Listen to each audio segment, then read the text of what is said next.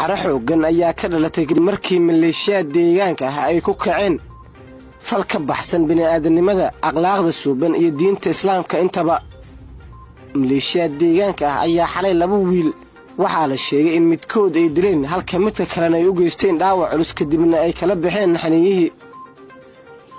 dhacdadan oo ka dhacda deegaanka Abuuray ee gobolka Hiiraan ayaa maleeshiyaad deegaanka ah oo macwiisleyda loo yaqaano waxay ku kaceen fal aad ay uga xumaadeen dadka Soomaaliyeed, waxayna dileen wiil halka mid kalena ay dhaawaceen.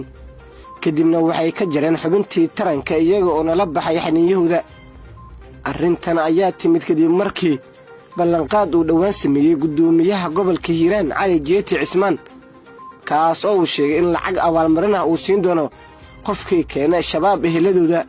wiilasha dhibaatadan loo geysto oo walaalo ah waxaa la tilmaamay in aabbahood uu yahay al-shabaab, balse falkan iyagu lagula kacay in qof loo dilo qof kale dembigiisa waa arrin aysan diiniyan aysan ahayn mid sharci ah, waana mid kale oo ka baxsan dhaqanka suuban ee Soomaalida. xilli Hiiraan dhacdadii ka dhacday badi dadka Soomaaliyeed wax lagu xumaaday ku tilmaameen. gudoomiyaha gobolka Hiiraan Cali Jeeti Cismaan ayaa dhowaan sheegay in al-shabaab dadka ehelada u ah qofkii keena xaniiyihiisa ama qoortiisa magdhow uu siin doono. waxaase arrintaasi ka hor yimid la taliyaha amniga madaxweynaha, waxa uuna sheegay in qof dembigiisa qof kale aan loo dili karin. dhacdooyinka noocan oo kale ah waa kuwo hore looga digay in la dhibaateeyo dad aan waxba geysan, waana mid kale oo suurad xumeynaysa halganka ka socda dalka, kuwaas oo al-shabaab laysaga saarayo. in la dilo al-shabaab ama dadka ka tirsan al-shabaab waa mid ay u istaageen dhammaan shacabka reer Hiiraan, waana lagu ammaanay. balse in qof aan waxba galabsan la dilo waa wax ka baxsan diinta islaamka. sidaasi waxaa ii sheegay mid ka mid a culummada oo aan la hadlay. arrintan ayaa laga digay dhowr mar, waxaana la sheegay inay keeni karto in la dilo dad aan waxba galabsan.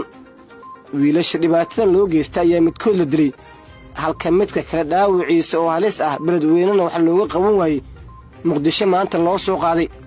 dhacdooyinka noocan ah waa kuwa laga dhaxli karo dhibaatooyin saameyn ku yeesha dad iyo duunyo intaba, waana wax aysan diinta islaamka qabin in la dilo qof muslim ah oo aan waxba galabsan.